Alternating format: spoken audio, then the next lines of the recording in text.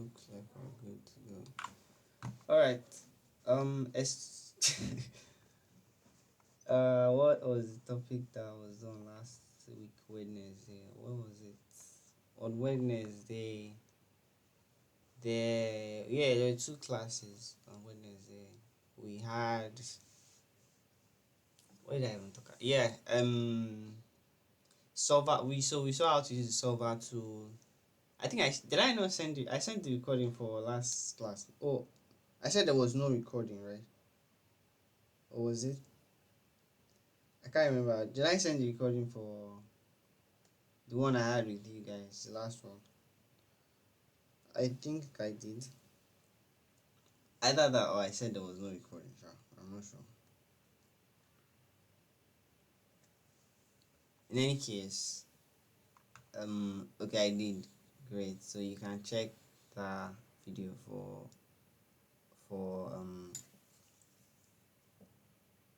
what we did in that class. So I think it was the solver tool, and we first of all talked about. I can't even remember. I think it was solver now. Oh, something analysis. What if analysis? Yeah, we did what if analysis using the normal built-in what if analysis tool. Then we imported the solver tool add-in and used that to do much more complex calculation. Basically, still what if analysis, but just more complex. Like the solver tool gives you extra features, like if you have multiple variables that are changing, then if you have you can have constraints like conditions. So yeah, we had that.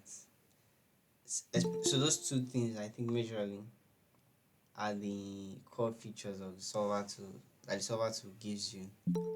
Then we also talked about what was it? Goal seek. I think that's what that thing is called. Goal seek, that allows you to like work your way up from a goal to what the variables should be. So you're trying to find what values you need to put into like your model. And by model, I hope you guys are familiar with the term model by now. Is just the relationship that exists between cell values and other cell values in your Excel sheet. So basically, if you have like where's that Excel sheet? Um, oh no, it's not on this laptop. Is it on my drive?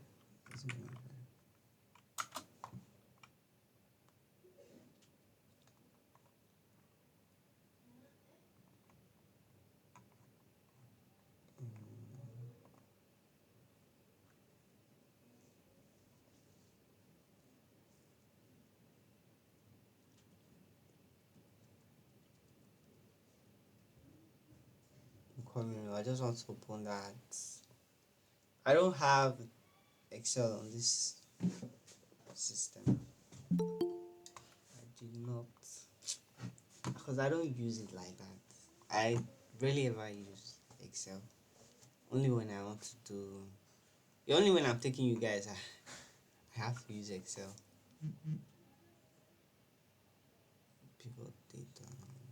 Was it this? I think it was book 6. Hopefully it is. It was just instruction.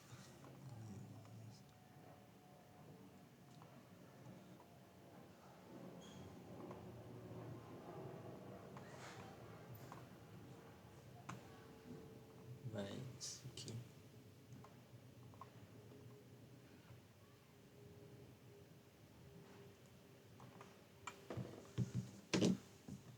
My connection isn't so great today.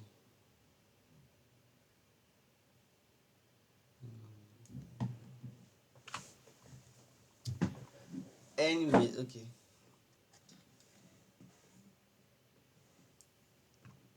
Ugh. I just wanted to explain the models thing to you.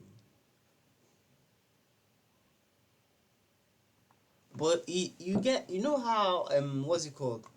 If you have different spreadsheets and what they represent, the way data are related, or the relationship that exists between certain data points in your spreadsheet differs from sheet to sheet, because yeah, they just represent different things.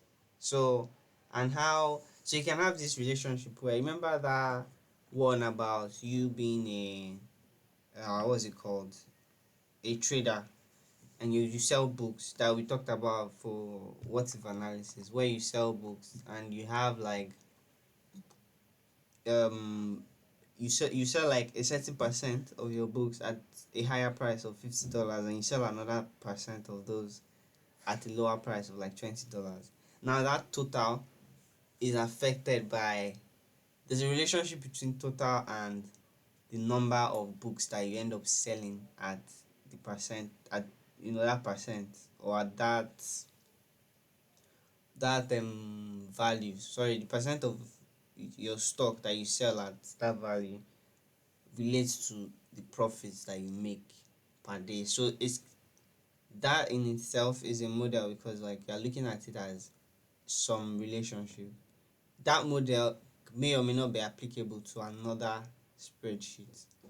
So you can be thinking of a solution, or a solution to the problem of how much can I possibly make if, or what's the maximum amount I can make if you change certain variables. And if you've written out like a formula for it to calculate, okay, let's just look at, I think it'll be better if we look at it.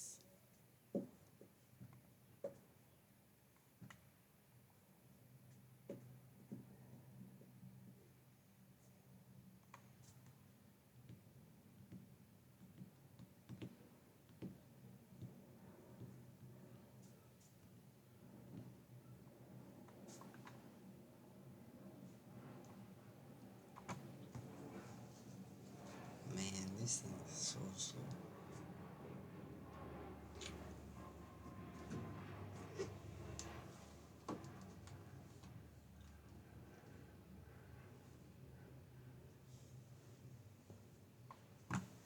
Sadly, this is taking forever to load, but then nonetheless, yeah, that's the idea. You just need, so just think of what you need to know. At least fundamentally, a model is just how you related one data piece to another one in your sheet. And models, like, you can impose them on other sheets as per, like, you've written some formulas down, right, that defines how some value relates to another value. You could use that as a solution in a spreadsheet that has like a similar structure. Yeah, that probably doesn't make any sense to you, but just know that there's relationship between two. Okay, so let me change. So kind of right click.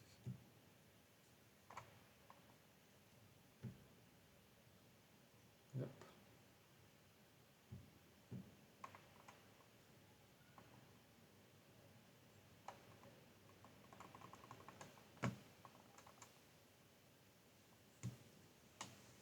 I just want to see being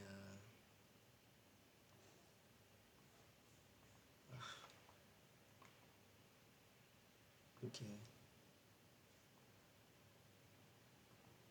Well, this isn't the one we worked on, sha, but anyways, if you know how we did this thing here, there was a total, I think we had a total um profits, made cell here where we did the sum of. So basically, it's just going to be the number of books you sold at highest price times highest selling price, number of books you sold at lowest price times lower price point, right? So if you remember this bookstore thing that we did that time for what if analysis, so if understanding this model, so the model here is how these two values relate to the total profit. How these two values relate to the total profit. That's what the model here is.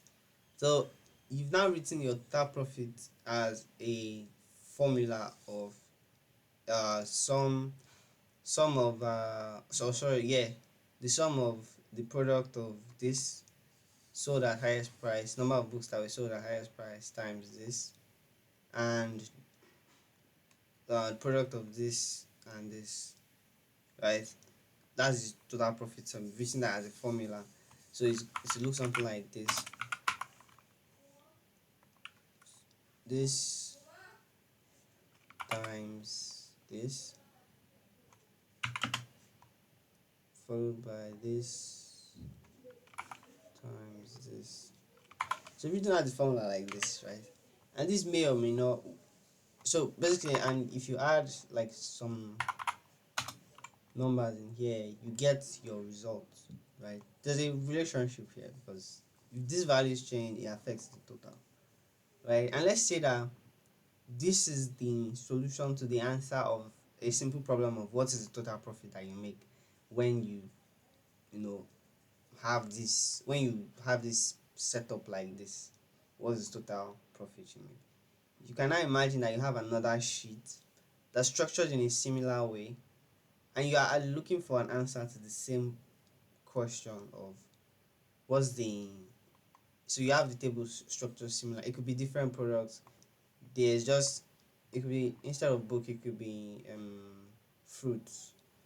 And now the price here is different. Price here is different, but same model. It's the model in the sense that the total profit or the result, the value of interest is related by this has this relationship here. So you don't really need to change your formula. Your formula remains the same. All you need to change is the cell names in there, and it works. So that's the general idea of like what models are. With a high level overview of how to look at models. There's probably a much more well defined textbook definition, but like this suffices to a certain degree as what you should have in mind when you're thinking about models. So yeah, that's just what I wanted to talk about. Quick segue, but let's get back on track and talk about SQL. So I said we're starting SQL today. SQL stands for Structured Query Language, and it is. Can I zoom? Yeah, I did already when I was. It is used for. Sorry, it's used for structured query language. So it's used to communicate with this databases.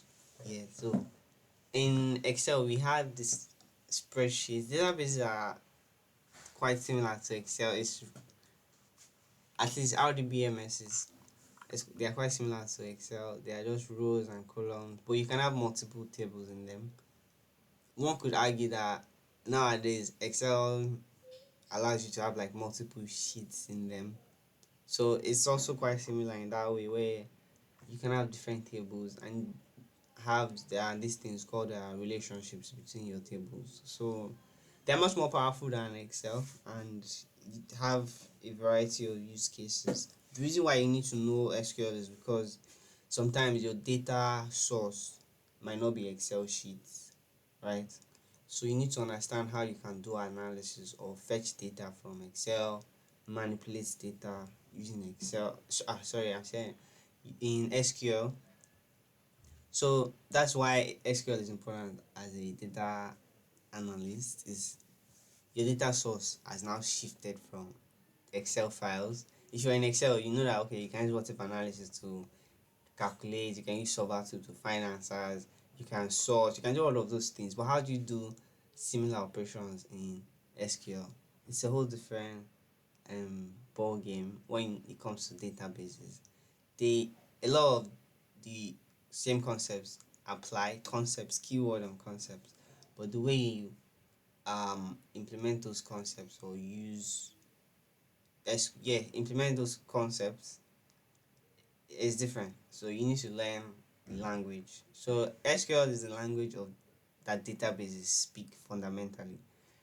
And well, in the world of development, like software development, there's two types of databases. But as far as you guys are concerned, I'm just going to say it so that you know that there's two kinds.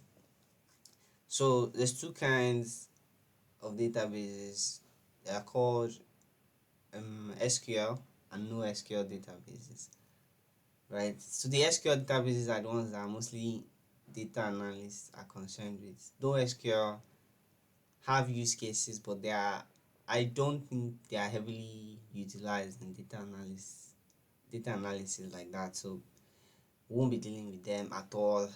I don't, I'm not even sure if they use them in that field at all. But you notice that it's called no SQL, meaning you don't use SQL to talk to those ones. So they don't understand SQL. It's completely different. They are useful for things like backend development and other things. But other than that, I don't think they are used in data analysis at all. As a matter of fact, that's why it's not part of your curriculum. But SQL, on the other hand, is a language that all SQL databases, or in other words, RDBMS. So an RDBMS stands for Relational Database Management System. Relational is the keyword there because SQL databases are also called relational databases because they allow you to add relationships between tables. So just try to uh visual, visualize it. Can't remember which. Was it book 6 I just opened? Book 5. Let's just try and visualize it. So they are all, when you look, typically you need external software to look at your databases. There's usually no, except for something like SQLite, there's usually no um database dot Excel, like Excel is XLS or XLSX. You don't usually have that with you don't have that as your file names in with databases, right? Be Yeah, you don't usually have that. What you have in what's it called? What you have instead is, except for SQLite, so you can have your database file itself. So, but usually they are stored in some format that you don't usually directly have access to.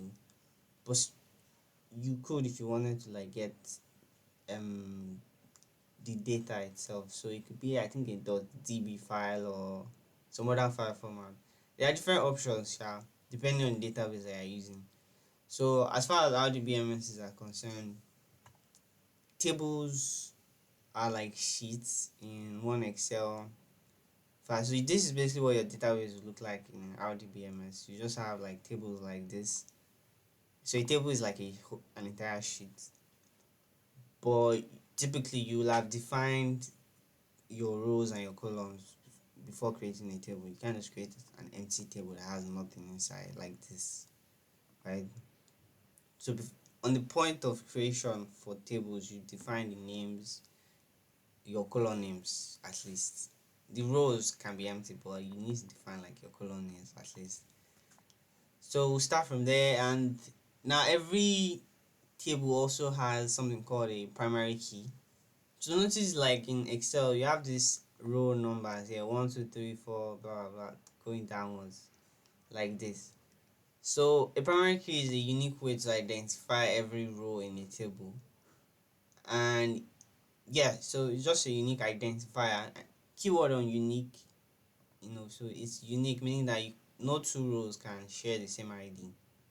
And for Excel serial number system like this, it's a no-brainer because they increase as they go downwards, like infinitely. So it makes sense that no two rows share the same. Like you wouldn't question this because obviously the numbers are increasing, so every single row has its own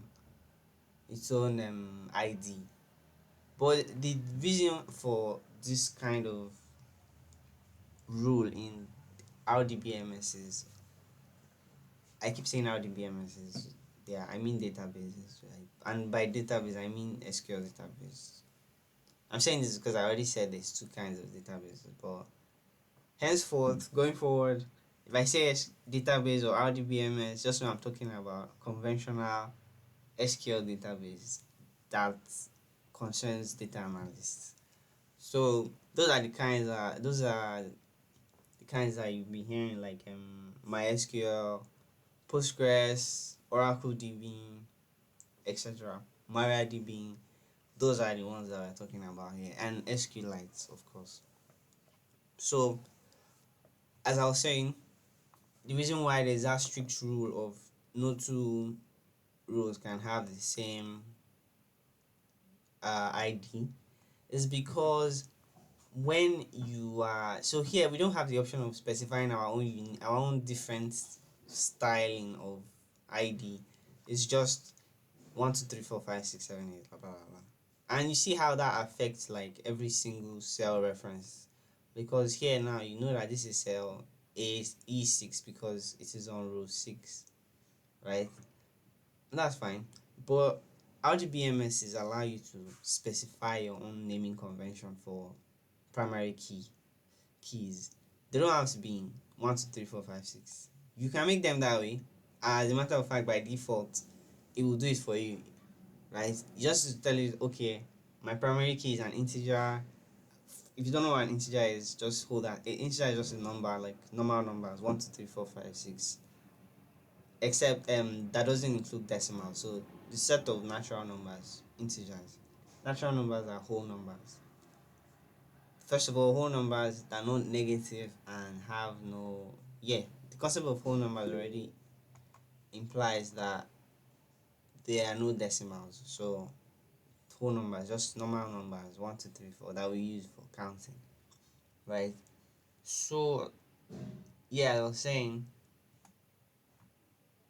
hold on. For some reason, yeah.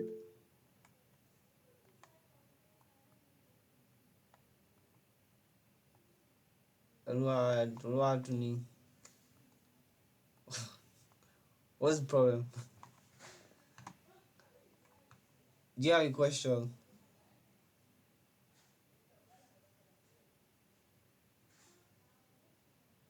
Yeah. Ah. Okay. Good. Good. Good. Good that you called my attention. See. Where? What don't you understand?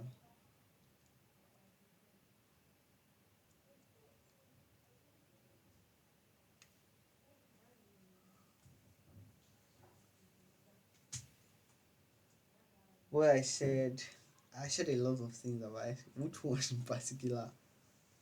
Is anyone else confused?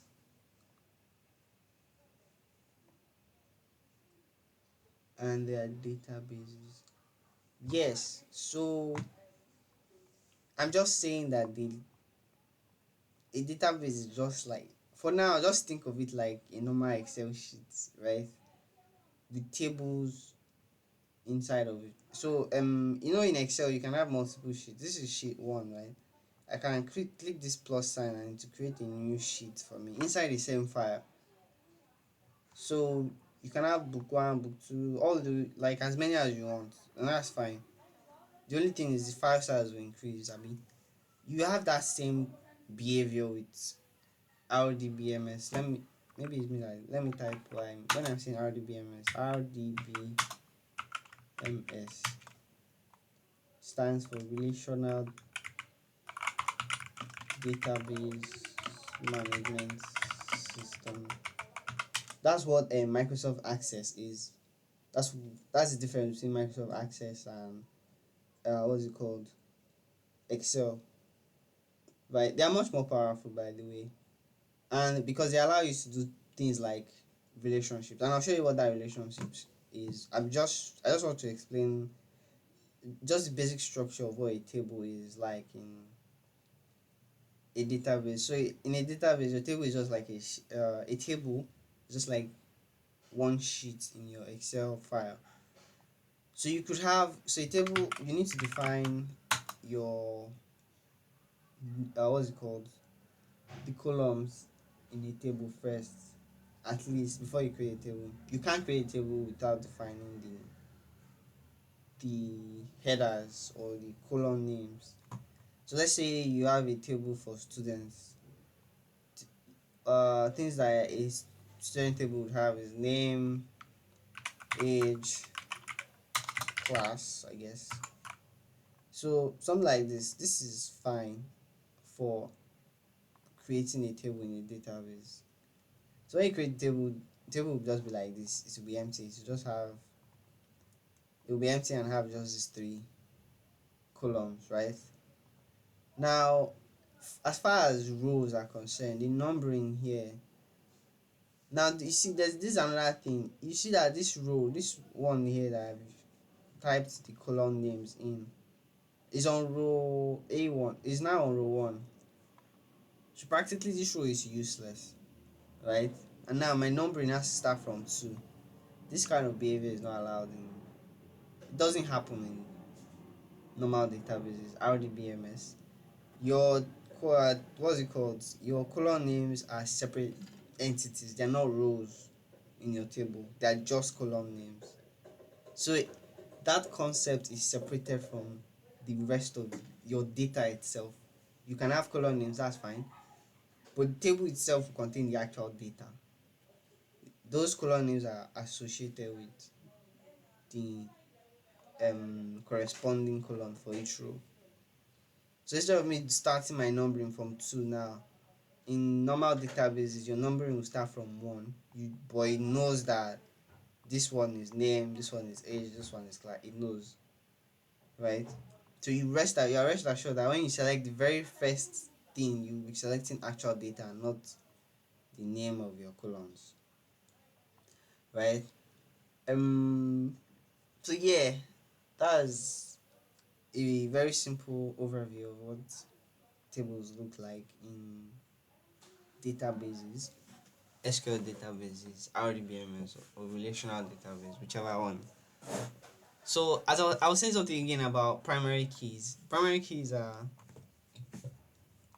another thing that we could draw parallels to in Excel sheets.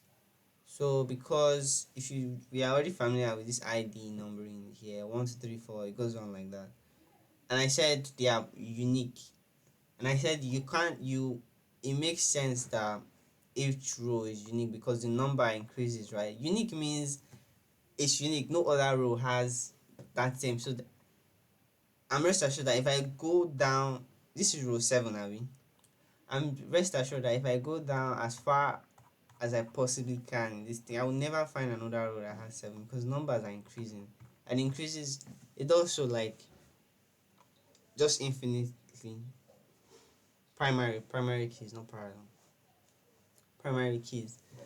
So primary keys are just unique identifiers for every single row in your table, right?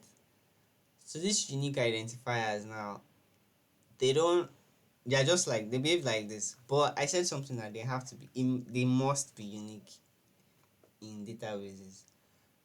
Reason is that you can change the behavior of what's it called. So instead of this one being 1, 2, 3, 4 in a database, you can use any unique ID you want. Let me see if I can show you. Okay, let's just create our own makeshift table here. Let me show you an example of what you could have. So this is our table here. If your primary key is called student, your primary key can be called anything. So primary keys are also columns on their own, right? So this, in a typical database, you'd have a primary key column. It has some other much more interesting features than regular columns, but and use cases too. But it's just a column on its own. Uh, yeah, it's a column on its own.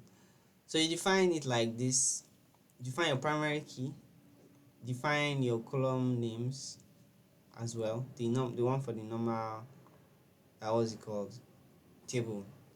So this is what your a typical table would look like for your database. So we could do normal serial number numbering like as usual here. We can do one, this is student one, this is student two, student three, student four, like that, and it goes on as many times as possible, right? But and this is fine. So, but the thing is with RDBMSs, you can switch things up. You don't have to use just numbers and do boring numbers like this, especially if your primary key holds a bit more significance. So imagine like in school, you probably have matric numbers, right? That makes more sense as a primary key for your table because it uniquely identifies the student and it's just a lot more effective than just having numbers. I'll show you why in a minute. So imagine we had some random, this is someone's matric number,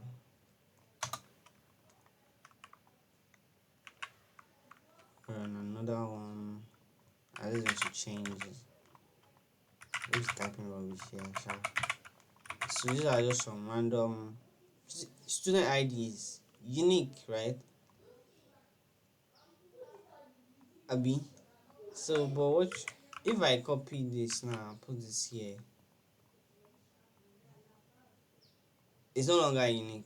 So this is kind of like why you want why, and there's this strict rule here that you need to have unique numbers, sorry, unique primary keys, because if you were using just numbers here, it would just be increasing one, two. You just have 1, 2, 3, 4, 5. There's no way in hell that if you increase one number, if you add a new row, it will give you 5 again. No, it will give you 6 because the numbers are increasing. But here, I can accidentally copy. I'm just saying copy here. It could be any form of error that could happen, right? You could accidentally have two rows sharing the same ID. But even if that accidentally happens, you get an error because the database will realize that okay, this shouldn't be happening and you messed something up. So no two rows are allowed to have because you have the opportunity to use whatever you want as a unique ID for your primary key. So you can define things like alphanumeric characters like this as unique IDs. As a matter of fact, in a lot of backend systems, when we build database, structured database, we don't use, depending on like how sensitive the data is or how, yeah, we don't use just numbers like this, barely. Even though a lot of databases will still like tag them like this, well, not the database itself, but like tools that we use to like view them will tag them as having serial numbers. The actual primary key is usually some very one long string of numbers and mix of numbers and characters, and we make sure that they're unique because there are some tools that ensure that every single time that you create a new row, it generates a long and unique key. In the event that even that thing doesn't generate a unique key or unique alphanumeric signature, I'm calling it signature, I just mean alphanumeric string or something like this. Yeah. In the event that it doesn't generate something like that, your database will definitely scream at you and say, yeah, this shouldn't be happening.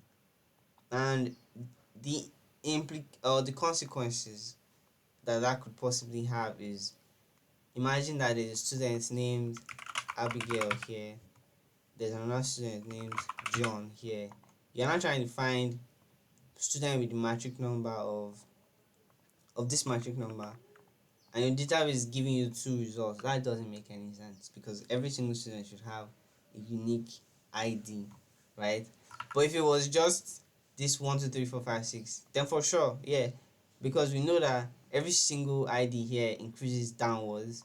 So as you're adding new items, there's no way in hell that when you add 1 plus 6 to give you 6 again. No, you definitely get a new number as you go downward. But here, if it's the system for generating new primary keys is flawed to the point where it can generate the same primary key or a primary key that already exists in the table twice, then you have a problem because the next person will now have that. And if the database doesn't forbid that from happening, you now have James also having the same matric number here, right? Or the same primary key.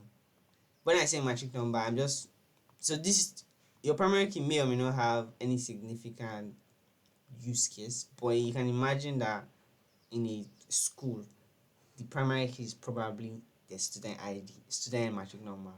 Probably. It may or may not be. There's a high probability that the student has another column called matric number here. That's different from their primary key. So it doesn't matter anyways. So that's just one thing. This is just what I was trying to paint when I was talking about this IDs here. So primary keys are kind of like these row numbers, but they are unique or they have to be unique when you are defining them because by default your database is empty. It doesn't have any row or ID that Excel will already give you like this. So you have to define what your primary key column will look like and make sure that it's unique. You don't you by default Excel or databases already check for that behavior because they need to make sure that no two persons or no two row or entity in your table shares the same ID or primary key ID rather. So yeah, that's the basic idea. Hopefully you got that, yeah. So now let's get to work. Let's start with setting up a simple SQL server on our system. Actually, I'll send a link in the chat. Go just everyone should go to that site, the sqliteonline.com. It's an online SQL editor.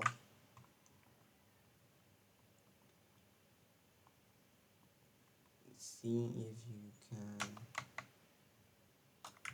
Hold on.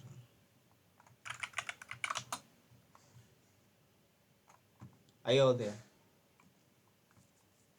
So when you open it, you should see your it creates a sample database for you. You have different options, but we're in SQLite currently. There's a database with one table called demo. So there are three different options, right? SQLite, MariaDB, Postgres, MS SQL. So these are three different providers or softwares that do the same thing, sort of. They have small nuances, but they all fundamentally are just relational database management systems. So there's SQLite, MariaDB, PostgreSQL, MS SQL. There's also MySQL. I don't know if that's what they meant by MS SQL. But anyways, SQLite is the easiest one to use, at least for now. In actual what's it called? In the industry, most people only use SQLite for like development purpose, testing stuff, not for actual work. So, but yeah, you could be given things like this. So you be asked to like you can be asked to connect to a remote database, or they'll give you the database dump where they export everything in database into a file. Then you open it with your own database servers. So you can install either one of these. If you have MySQL installed or PostgreSQL installed, that's fine. You can open them up. So because there are different options, I'm only going to use the simplest one here, which is SQLite. The SQLite option here. You can also download SQLite server from. Let me send the link. Alright, yeah, you can ask a question. Okay, I have Microsoft's SQL. Like, is it okay? Yeah, it's okay. Anyone is okay. So long as you can type the commands that we're about to start typing there and see results. All right, all right. So, but if you don't have that installed, you can just go to this site I sent in the chat. There's a sample table there already, and we've seen what we can, do from there. So I've explained the concepts of databases to you. If you want to download a simple SQLite server, you can use this link. So let's go to that site. Download. This is what the site looks like. Different options for different systems. If you're on Android, you probably want to use this, but I don't think anyone is doing that here. So if you're on Windows like me, you come here. So there's two options for Windows. What's it called? Wait, these are DLL files. You probably need to add this to your path somehow. Just let me check.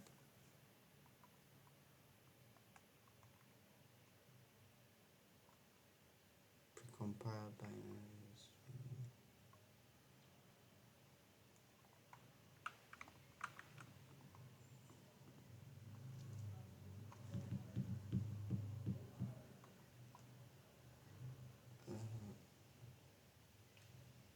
Correct.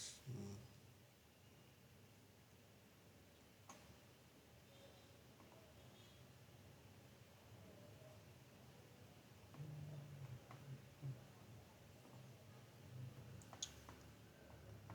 SQLite 3. Just what you need to add this to your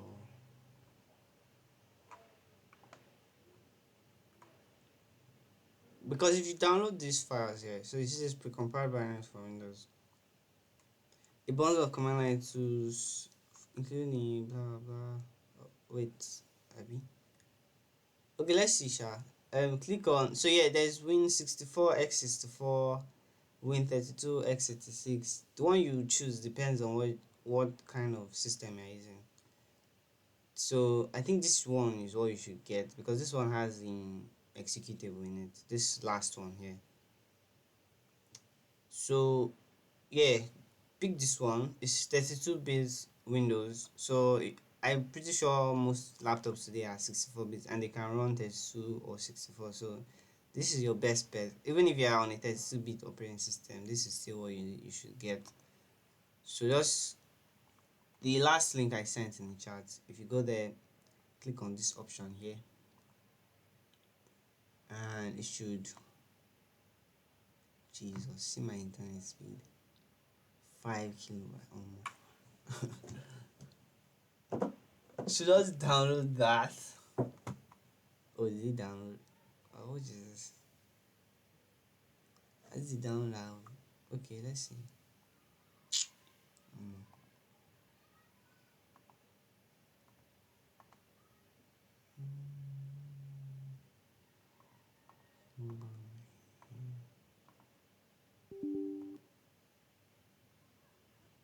This is another thing, no, don't mind. Just wait for this one to download. Are you guys downloading this already? Is everyone downloading this?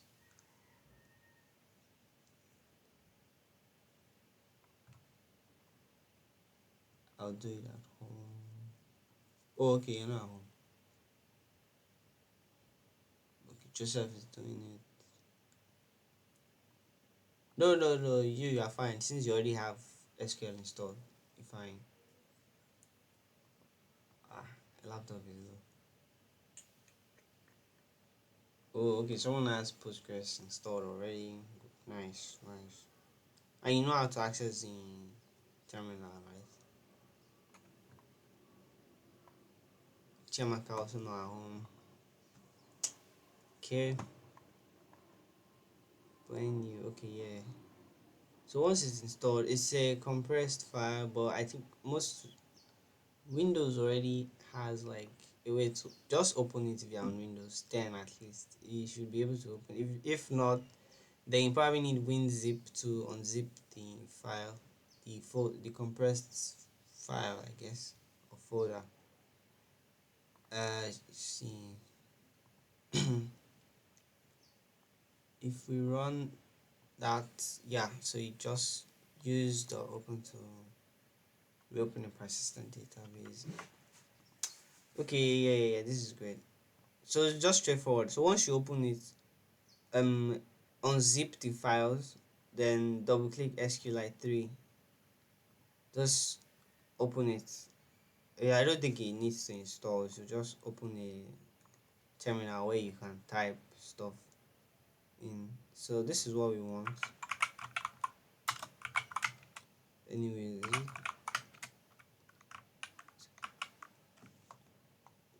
what?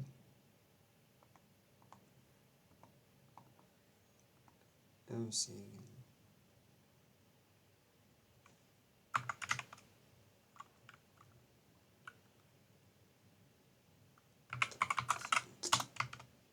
Well, connected to a transient.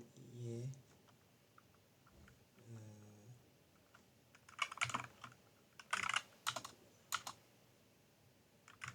Let's see, sure.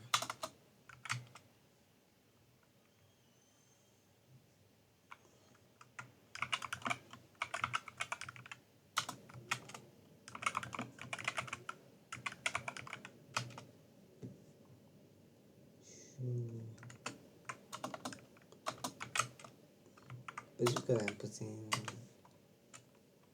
Okay. I think it's because I put. Anyways, nonetheless, that's how you get access to the terminal for just the place where we'll type SQL commands. Yeah. So, me, I'm doing it from here. Anyways. Oh,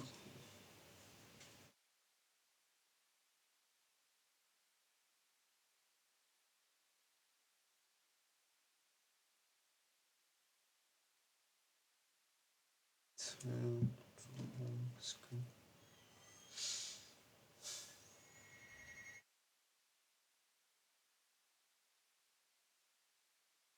Check who is at the gate.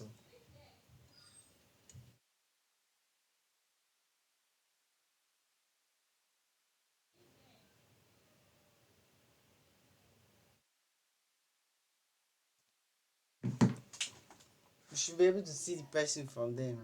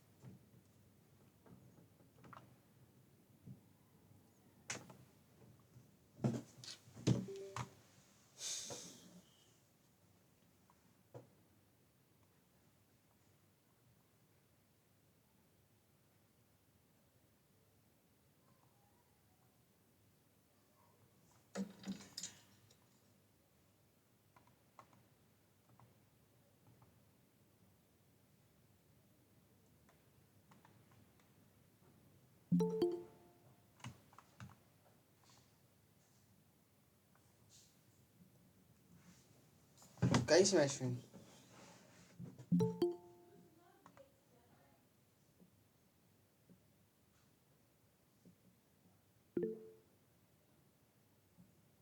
Okay. What was that?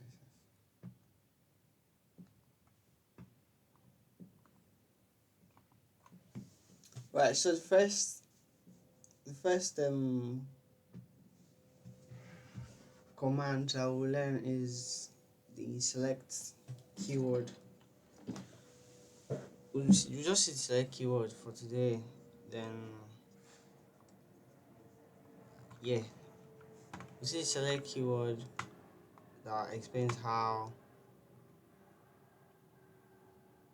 Hmm, how does it look like this? Oh, you can. So yeah, this is what the table looks. Sorry, the table looks like.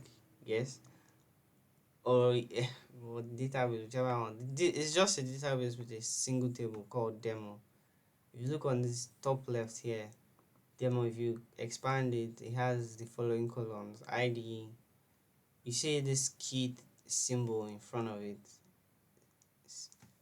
signifies that that is the primary key column. There's a regular column here with the name. There's hint.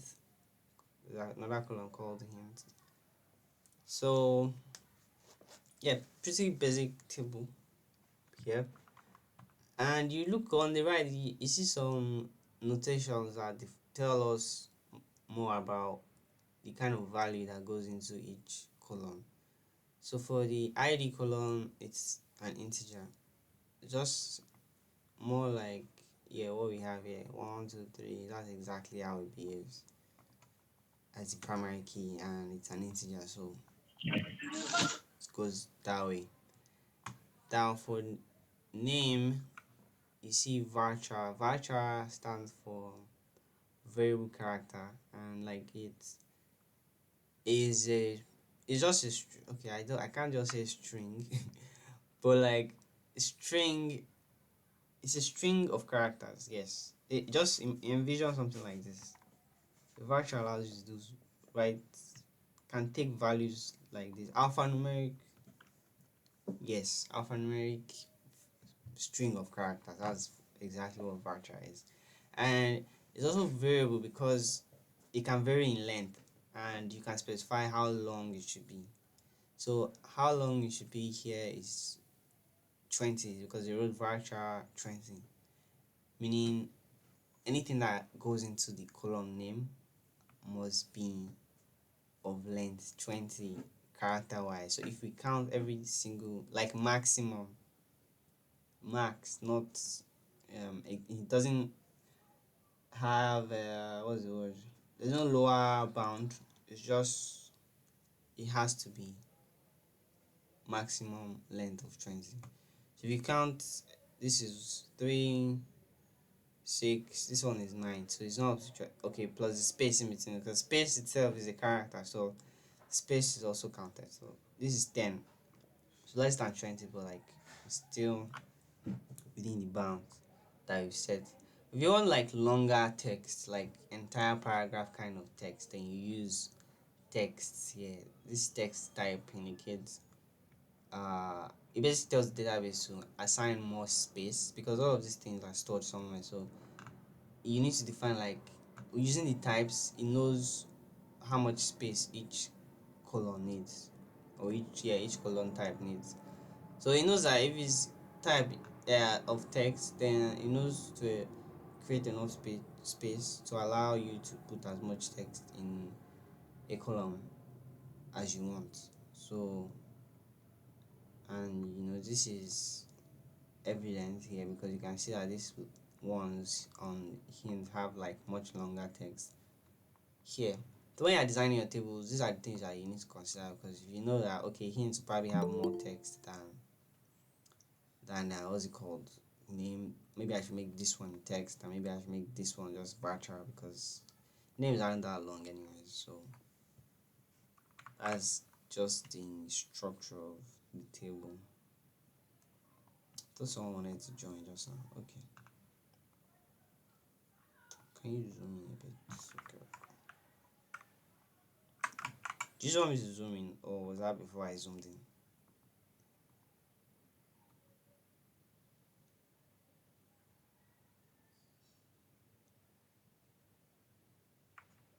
Right. I'm just going to zoom in a bit more. So yeah, this is the structure of the table. ID, primary key, name, varchar, int, text. There are different. So these things here, this integer, varchar, text, they are called data types, and it's a concept that exists throughout tech, throughout programming. We saw a bit of it in Excel too. I think when we were dealing with what's it called? Dealing with was numbers. So we had integers, we had floating point values, and although Excel doesn't really care, but there are some points where you need to use strings over just regular values, like when you are writing some what's it called?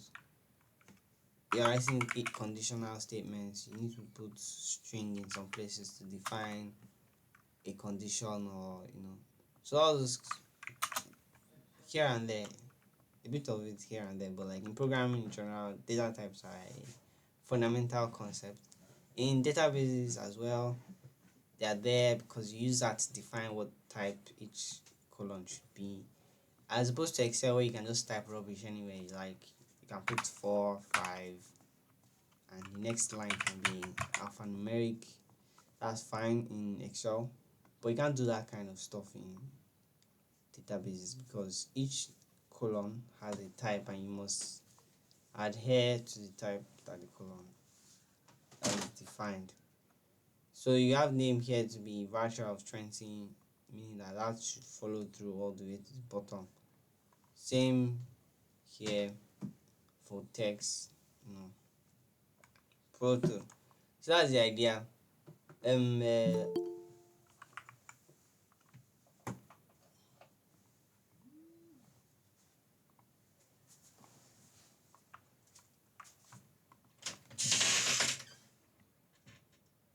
All right. So that's how those things work. There are a lot of other data types that we'll get to see along the line as we go forward. But as far as this table is concerned, that's how it's structured, and these are the data types for each column. So as I said, we'll talk about the select keyword first. Select keyword is used to select data from a table, right? So and it's pretty straightforward how to use it. So we'll look at this SQL syntax. A lot of people type SQL in uppercase, but it's not compulsory. As a rule of thumb, some people just have it in certain organizations that okay, when you're writing SQL queries, use something like a style guide, right? But you don't have to write. It's not case sensitive. You can use normal talk of oh, you can write it in lowercase as well. Your queries. So you will notice that I'm using it interchangeably. It depends on the mood. So that's how it is. So yeah, to use the keyword, select keyword. This is how you use it. So let's say I wanted to select um this row here, this row here, right? So we'll work our way up like from top level to but okay, you know what? Let's just say I want to select everything in the table at first. That one is the easiest one to do. So was I think commenting. I can't remember. How do you comment in Excel? Oh yeah. Use double, I believe. Let me turn up because I can't even see. Right, there we go. I think we use hash as well. That works in.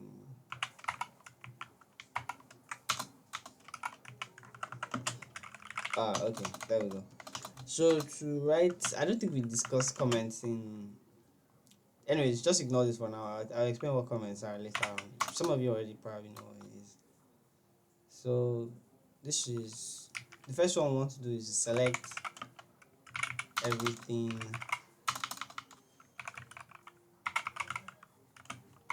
in a table. So to do that, right, we use the select keyword. So we write select, we call the select keyword first.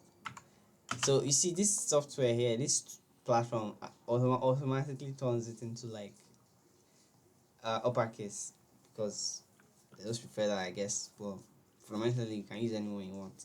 Most of them, I guess, most of all these tools that we use to type them convert them into uppercase at the end before compiling. But anyways, so we'll type the select keyword first. Then we'll say asterisk, which stands for all or everything. Now, what we want is that we said select all. Then we say from. Right, these are keywords in SQL. You notice that they are colored separately. They are colored in orange. So this tells you that this is a keyword that you use in SQL that has a very specific function. So I say select all everything from where? What's the name of our table? Our table is called demo. And you see these things already suggesting, telling me that this is a table, right, in my database. And you end your line with a semicolon or semicolon, whichever one.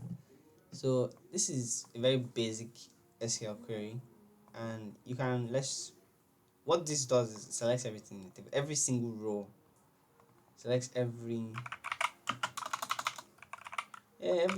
slash every row, right? So let's run that, see the results that we get. So yeah, the results is basically the same thing as what we had before. Every single row in our table is what we get.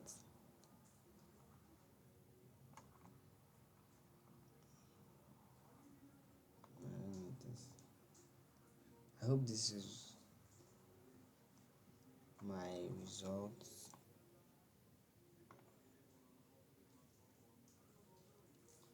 Just okay. Yeah. So we can streamline these queries, however. So if I just want row one, for example, right? And this is what I was explaining earlier on that if you in Excel now, if you write column names here, column names will take up row one. But if you notice here, column names they are their own thing. They don't affect the rows. The rows contain the actual data, right? That's what I was explaining. So this is a better way or better visual aid for that. Do you guys have questions? Postgres doesn't do that. Doesn't do what? Oh, like he allows you to write small and doesn't change it into capital, Abby. I guess that's what he meant. Yeah, I've seen that before too. It doesn't matter anyways. Some of them do it, some don't. So, but important thing is you write it that way. So yeah, this. So let's say I want to select just a single row, right? We can also do that as well. So we'll say select what from what's it called? So this is where something called the what is it? The where clause comes in.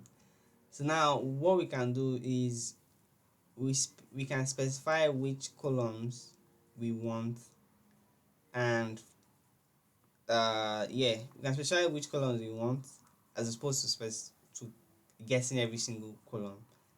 So this all will fetch every row and every column in the table, right? But I can do something like select ID and name alone from demo. Let's comment this out. This doesn't have nothing.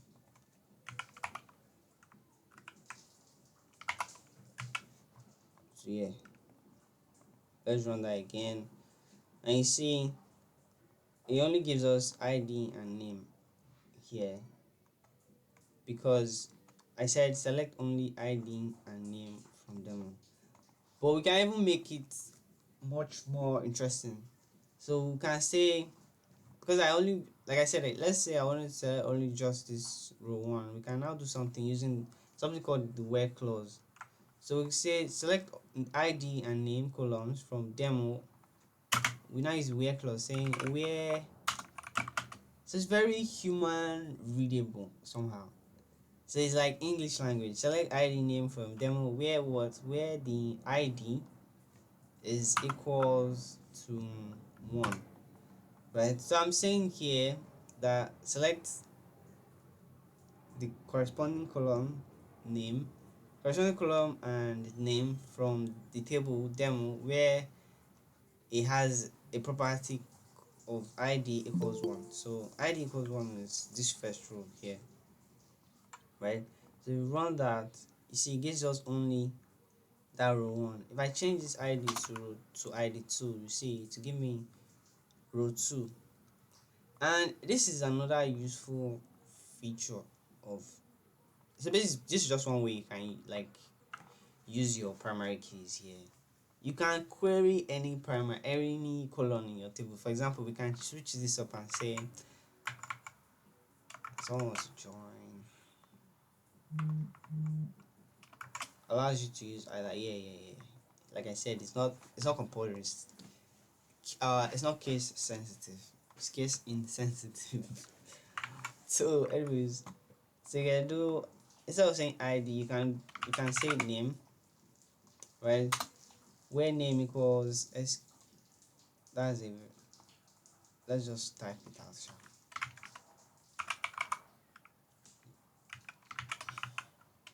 Notice that I'm typing this in quotes. That's because the data type of this name is what, varchar, and varchar, when you are using varchar values in your SQL query, you put them in quotes. You can't just write it out like this, or else you give error, because when SQL is reading through your this line, it knows that select is a function, right? ID is a column name, this is a column name from, so it's basically a format of function followed by the parameters of the function, kind of like in Excel. You know, the function if will take some arguments, it will take three things, right? Is it three? Yeah. If true, what do you do? I think the condition first, then what to do if true, what to do if false, is what Excel does as your if function. So you have similar thing here, even though there are no brackets, right? it expects certain things. So select expects this kind of arguments. It could be this or this. From expects its own. Where expects its own stuff. So when he's reading through, if you put this, if you don't put quotes, it will just think that this is normal SQL command, and you probably get errors like this. So you probably want to always put your, if it was integers it's fine, but strings just put them in quotes. By string I mean varchar or text, put them in quotes. So but numbers, you don't need to put numbers in quotes. You can put numbers one. You saw when I did ID, I didn't put ID in quotes. I just put ID like that. So I think that's the only exception. So let's run that. And yeah, you see, it gives me what I want. So I can also fetch every column that belongs to where that match is found. So fetch all colon row where name is equals to this. So if you run that, sorry.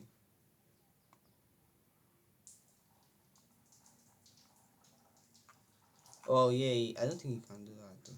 Select all from demo where name equals. Yeah, you can't do that. You need to specify the column you want, I guess.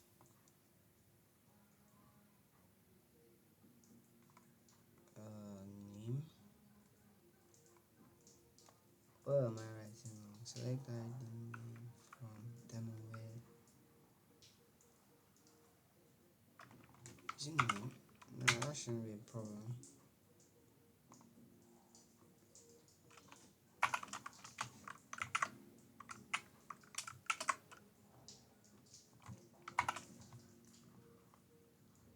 Oh yeah, you can't.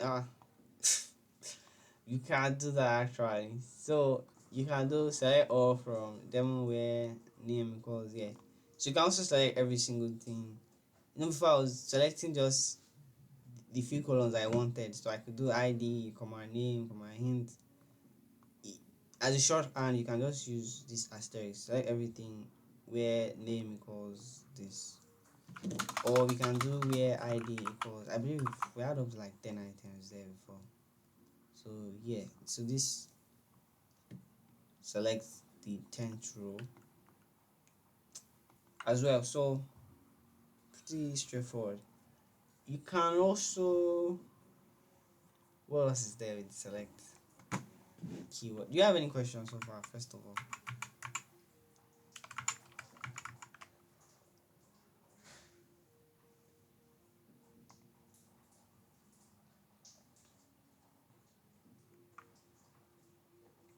yes, W3 schools.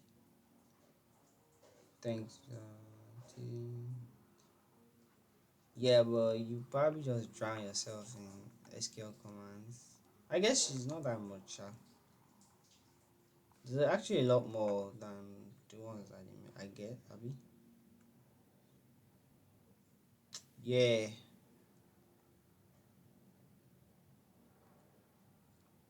cause oh, actually no, this is most of them.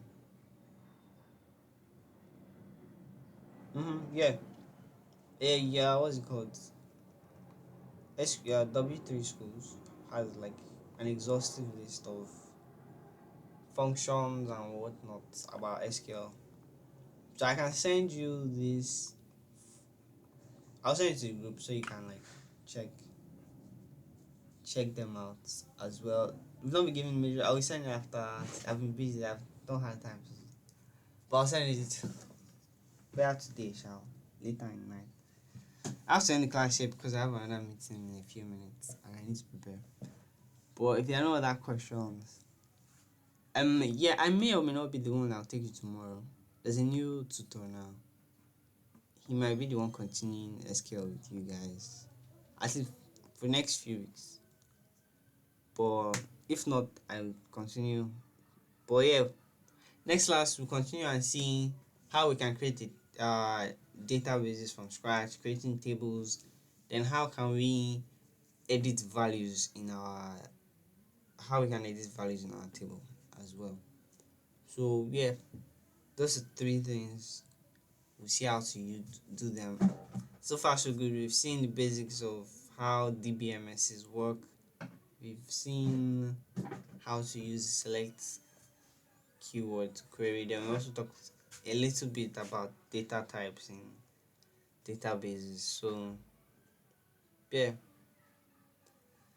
I'll send the recording for today's class later this night also. So you can keep on. You can, yeah, you're welcome. You can be on the watch for that. Alright, if there are no questions, I'll end the call here. Thank you for joining the class. See you guys tomorrow. You're welcome.